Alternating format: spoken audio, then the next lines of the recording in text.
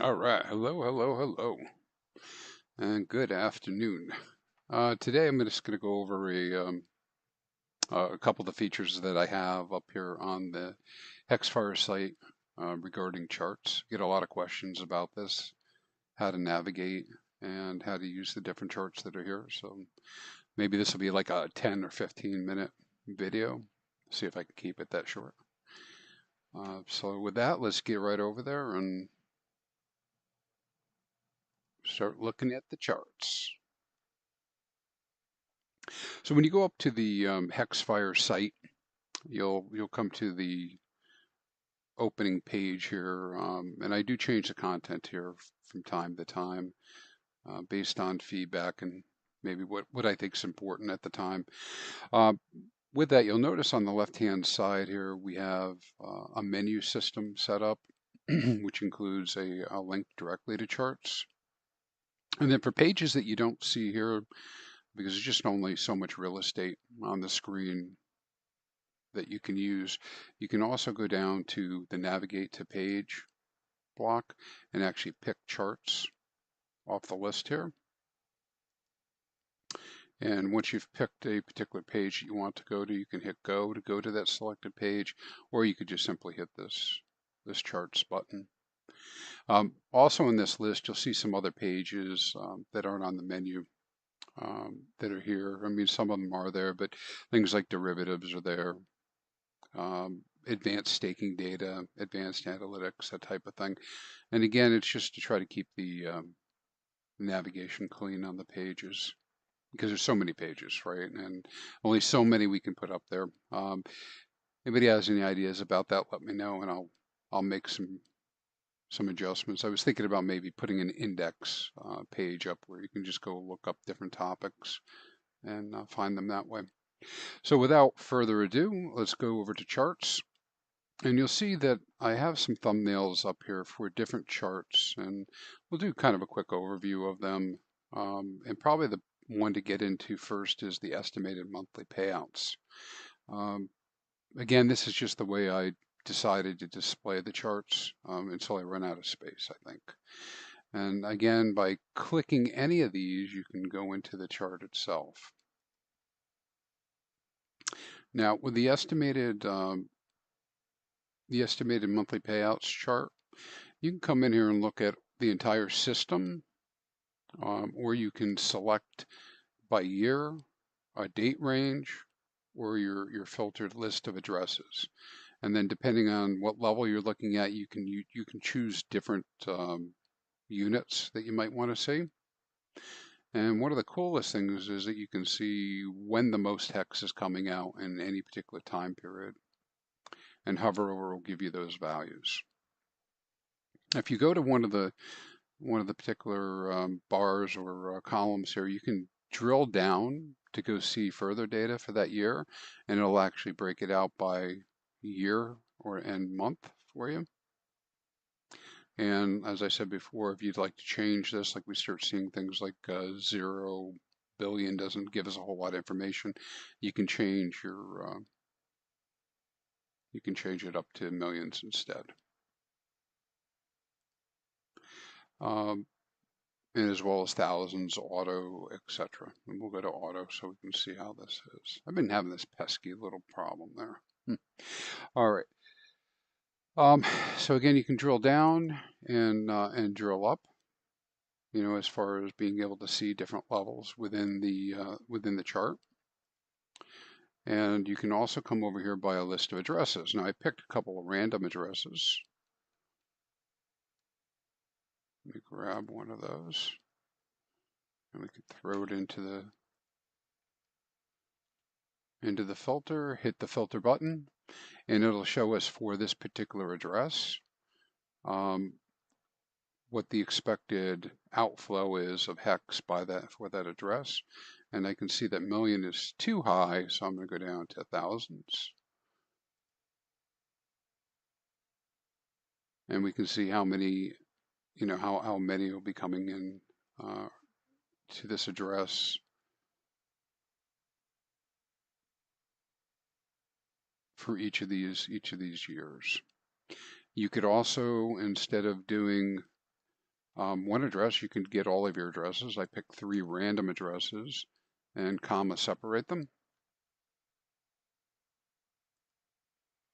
and see what each of those addresses, in total, what all of them will yield. So if you have a ladder, you can put all your addresses in there. If you're working with HSI stakes, you can put them in there. I think a lot of those would be probably dead-headed at the end of the year, or excuse me, at the end of the time frame in 2036, 2037. You can clear this filter by list and pick one of the Maximus related addresses or even the origin address. Let's do origin address to see what that shows us. And so based on what we know today, these are the origin address stakes or related to that we suspect. And you can actually see them up here on the screen. Now, if you'd like to go back to your previous page, you can use the back button. To get back to this page, and you can also have just selected it off of the menu. The estimated share price we've gone into detail before on other videos about, so I'll skip that one at this time. But estimated total supply, this one takes a couple seconds to load, and the reason for that is what it's doing is looking to calculate all of the expected payouts for the next 15.2 years and tell us what the supply is that's expected per year. Right, it's actually by date, but you get the idea with the years along the bottom here. And this can be kind of helpful to understand when we're going to have the most hex coming out. Again, we'll go back to charts. We'll take a quick look at liquidity charts. This is something that I broke out from Hex Daily Stats to kind of show us what the current liquidity is. And if I'm not mistaken, we've got a pump of Hex going on right now, which means the price has gone up. And we can see that there's been a shift in liquidity, both for Ethereum as well as USDC, that corresponds to a drop in the amount of Hex that's there in the liquidity pools. So again, more of the same. You can come in and look at what these figures have been like over a period of time and put them in. You see that we'll see the adjustments. If you wanted to look, you could use the slider on each of the individual ones as well to change not only the amount of time, but what your scaling will be.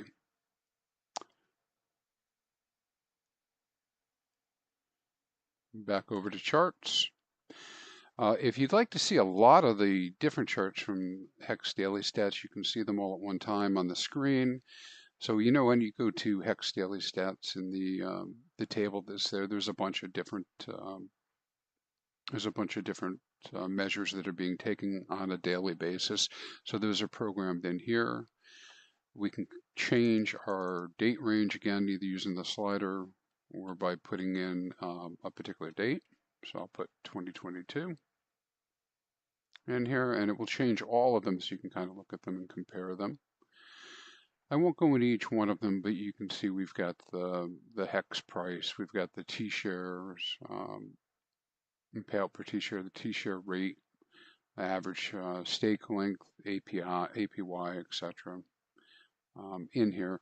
And then a couple of newer ones that I've added is the current stakers versus the price of Hex. And you see that even though we've been down on price, the number of staking addresses has continued to rise. A lot of that's attributed to repeat staking as well as new HSIs. And then current holders is another chart. And I didn't say this, but this little focus mode up here on the right will open up the chart for you, and you can see a nice example of what's going on with the number of current holders of Hex, who's holding Hex versus price, and how that's changed over time as well. I'm going to head back over to the charts page again. This is one of my favorite ones, which is cost of T-shares. I'll make it a little bit bigger on the screen for you, where we can look at the average cost of T-shares by both start date and expected end date. And it kind of tells a tale, you know, exactly what did stakers pay, what did they pay for their T-shares in terms of HEX. It gives you kind of that idea that the cost only goes up over time. So when you say look by start date, you see that. And then you can also see that up until recently, you know, we were kind of on declining, but again, right around the time that we saw the HSIs kick off, we started to see a change of the curve here with the Hadron stake instances. And I attribute that to just being many, many, many more people staking out Quattro Cinco. I worked with a fellow by the name of Hopper, I've mentioned on streams before, to build out this one, which is the new stake length analysis. It kind of gives you a little bird's eye view of what's happening with stake lengths. And this is real time-ish. So what we're seeing, you know, we gather the data daily, but what I mean is it's looking at what the average staking length is on a daily basis and weighting that by T-shares and HEX. We've got two different measures there. The first one is all stakes, and then this is open stakes only. And so what I think I can tell from looking at this is that we've been having an increase in our staking length over the last couple of months. We're still in October for this. This October's not nailed down yet as to what those might be in terms of years. And remember that this is different than the average stake length of all open stakes. This is stakes that were actually made during that month. And you might have, for instance, someone who stakes every 3 days. They might do 10 stakes in that month, so that will affect these numbers. But it is pretty interesting because you're able to pick out some high dates. Like I believe this would have been the launch of some of the derivatives underneath the Maximus contracts, Trio, DESI, etc. And you can also go back and look at other times we've had big increases to nail down whether it was a big staker or it was a protocol that came in and staked. But overall, pretty exciting. I mean, these numbers have been showing very consistent for a very long time. Well, exciting to me, maybe not to everybody else. But we also have our daily payouts per T-share up here. And again, the hover over helps you because it'll give you some of that information here. They could actually call them tooltips within this program, but you can go all the way out to the current date to see the actuals, and then you can see the Hopper estimate going into the future and what those averages have been. It's useful if you're trying to determine how much you might expect from a stake in the future. Now, keep in mind for the calculations that I put on this website, I am using the 180-day moving average to kind of keep it settled down. And at some point, maybe we'll add the ability to just select which average you want to use. That might be a way to go as well, you know, as far as a calculator. I added 2 new charts here over the last couple days. One is the estimated share rate chart. And you see the navigation here is very similar on all of these. This particular chart is to show in a different fashion the increase in share rates. So what you're seeing are columns in the dates ahead that will give you an idea of when we expect there to be big changes and what those changes might be. For this, I like to use the no OA, and I can select between the no OA or the base model. Now you see the information slightly different. I'll go back to the base model without the OA. And the reason I'm doing this is because I'm not sure the OA will ever end stakes. So I'll handle that in my thinking a little bit differently and just look at actual regular users at the moment. And so when I look at these bars, again, I can do the hover over to tell me what I think the changes will be for each day. And what I would be looking for is to start my stakes before one of these big increases, and then depending on what my needs are, end them before one of the big increases so that I can get staked before the increase. I did a little bit of color coding on this to try to make the larger ones stand out. And you can see we plan and see some big changes coming over the next couple of years, which makes sense because the share rates have been going up, and they only go up and to the right. Yeah, so you'll be able to use that to maybe pick better entry and exit times for short stakers, and for longer stakers, better entry times. And a lot of times that's determined anyways by your capital at the point of doing the stake. Clearly, if you were looking to build a staking ladder and you had all of your allocated capital in advance, you would want to do it all at one time as early as possible.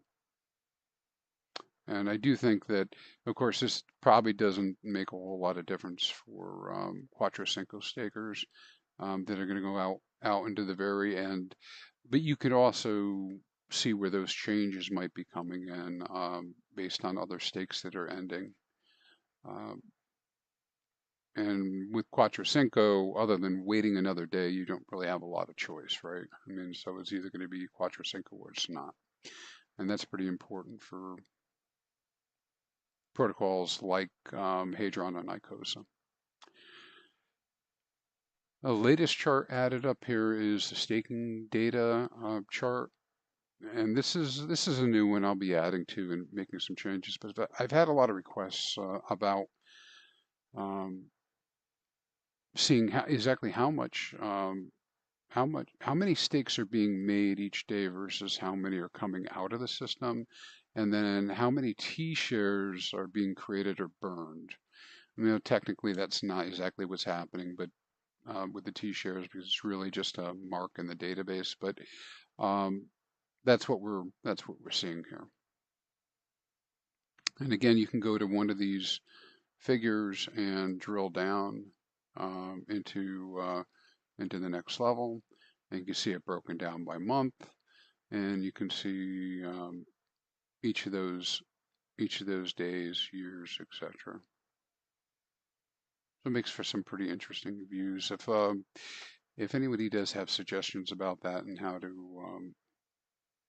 to maybe improve this a little bit further, send me a PM or a DM, and I'll see what we can do. This one's a little bit under development. So again, this is charts. So this is our page up here, and again, you can get to that through the menu, or you can also go directly over to the drop down and pick the appropriate page directly there. Okay, and I think that's it for this video. I want to thank you guys for joining me. I'm going to try to do more of these in the future and try to cover as many questions as I can over time, trying to make these more green